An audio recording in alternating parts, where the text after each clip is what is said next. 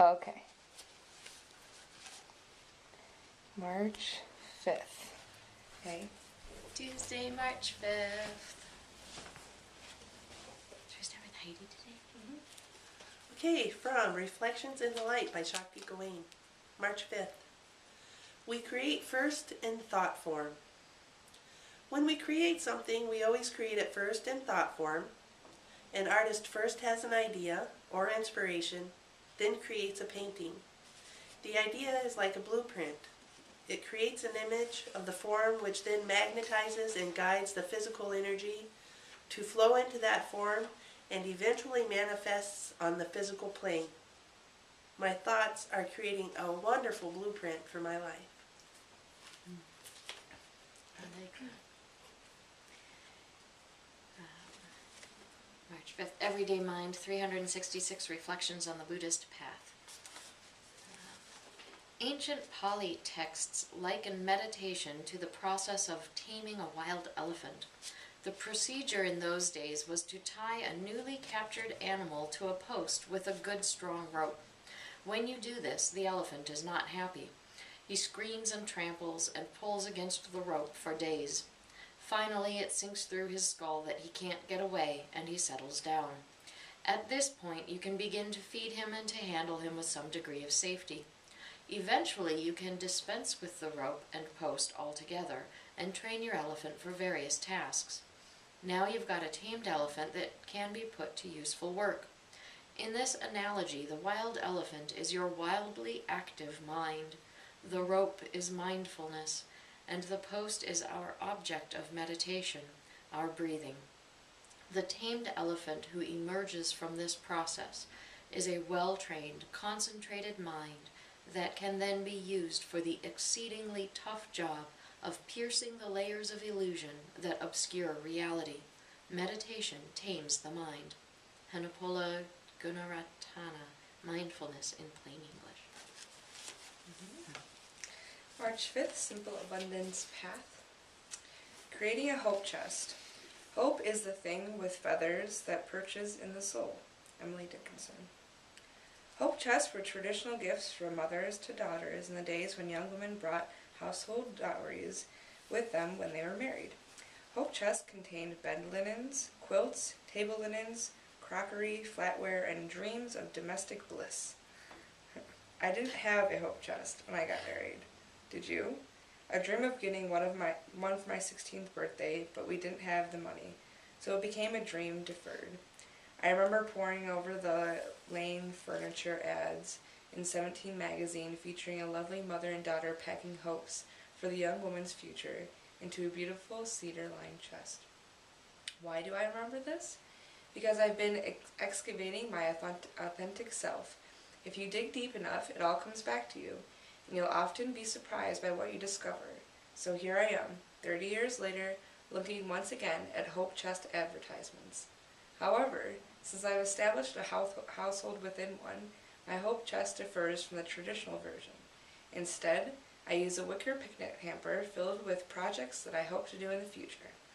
A few weeks ago, I found a beautiful fabric at a remnant sale that will make a lovely tablecloth and napkins for Thanksgiving dinner. Until I can set aside time to sew them, I'm storing the material in my Hope Chest. A friend who recently separated from her husband of 30 years is starting life over again, so she's redecorating the house they share. She found some gorgeous needlepoint squares at a thrift shop that she's going to use to recover her dining room chairs some rainy Saturday afternoon. They'd be perfect in a Hope Chest until she gets around to it. Get the idea? Not every one of our desires can be immediately gratified. We've got to learn to wait patiently for our dreams to come true, especially on the path we have chosen. But while we wait, we need to prepare symbolically a place for our hopes and dreams. We've even started a wicker hamper for my daughter, which I'm filling up with books of my favorite women author to give her on her 16th birthday. I hope to present them to her in a beautiful cedar-lined chest. Then my dream of a loving mother and daughter packing hopes together for a young woman's future will come true. I believe it will. Faith is the very first thing you should pack in a hope chest. That was really interesting because I actually was given a hope chest when I was 16. And I was offended. I was just so, like, oh my goodness, my family, I had been raised and taught to be progressive, that I was expected to be self-sufficient and educated and independent, and then at the age of 16 to be given a hope chest, it was like, I don't know, it's like I was being told, okay, now that you've been given all of the tools for living a liberated life, here's our expectation that you will go and What was in your hope chest? what was in my hope chest? There were some pillows and pillowcases and blankets and things that I was not supposed to use until I was married, and at some point in time I was just like, well, wait a minute, I don't have, I just, that wasn't in my plans at the time, and so at some point in time I just said, you know what, I'm not waiting until I'm married to put to use things that I need right now. So when I had my own place, I decided, okay, I'm taking these out because I have a house and I have a bed and I need pillows. And so I just, I like did that. it. Yeah, I like that she then filled it with, you know, books that women authors that she has been, because I've been thinking about my mother lately and how she's mentioned women that she's read and that sort of thing, but has always left it a mystery to me to maybe figure out. So I like the I like the idea of setting aside something special and realizing that you can't do everything right now.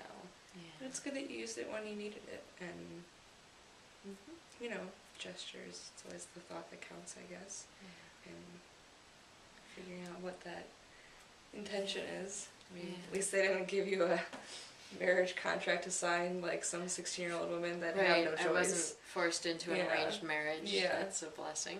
Very thankful for that. I think part of the issue was that when my brother turned 16,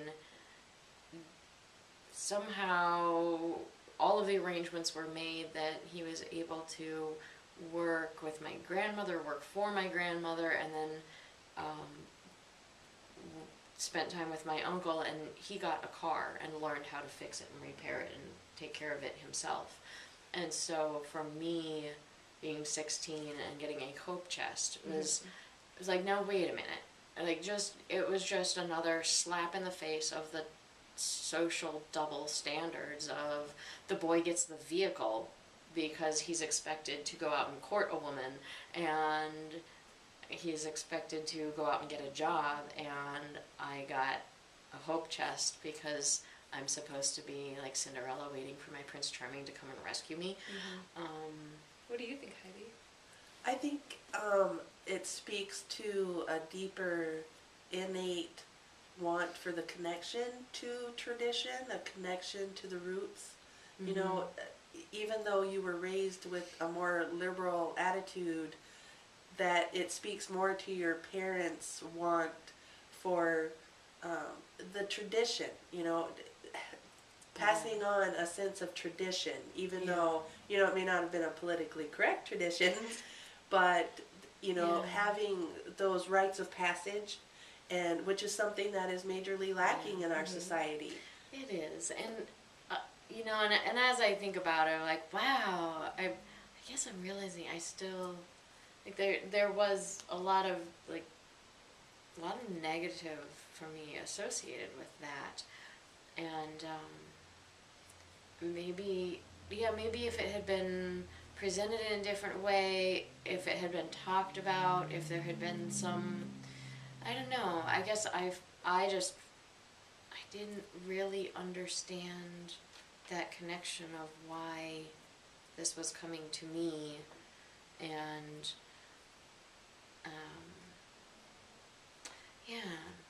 and at that time in my life I had no interest in boys, I had no interest in dating, I was interested in studying and learning and knowledge, so books would have been great.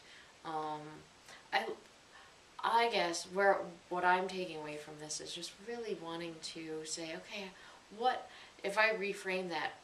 If I were to create a hope chest today, what would I put in it that would reverse that? That would say this instead of it being a negative or sour experience, how can I turn that into a positive? And my first thought was, at one point in time, having this chest, and part of it was this piece of furniture that now I kind of felt obligated to hold on to. Let's make our hope chests. Let's do it right now. Make a hope chest? Yeah. Okay, everybody. Okay. Wait, we're going to give you an assignment. We've never done this before. We've just, talked to you guys. So anybody who's watching, you now have an assignment. Your assignment, even if it's just like a little box, a little, shoe box or cigar box, or find the prettiest box you have, or take a cardboard box and make it as pretty as possible and fill it with actual items or representations of the hopes and dreams that you want to manifest. This is the ideas of what are you going to manifest in because your life. not every one of our dreams can be immediately gratified. We've got to learn to wait patiently for our dreams to come true, especially on the path we've chosen. But while we wait, we need to prepare symbolically a place for our hopes and dreams. All right. Go. Do it. Go to it.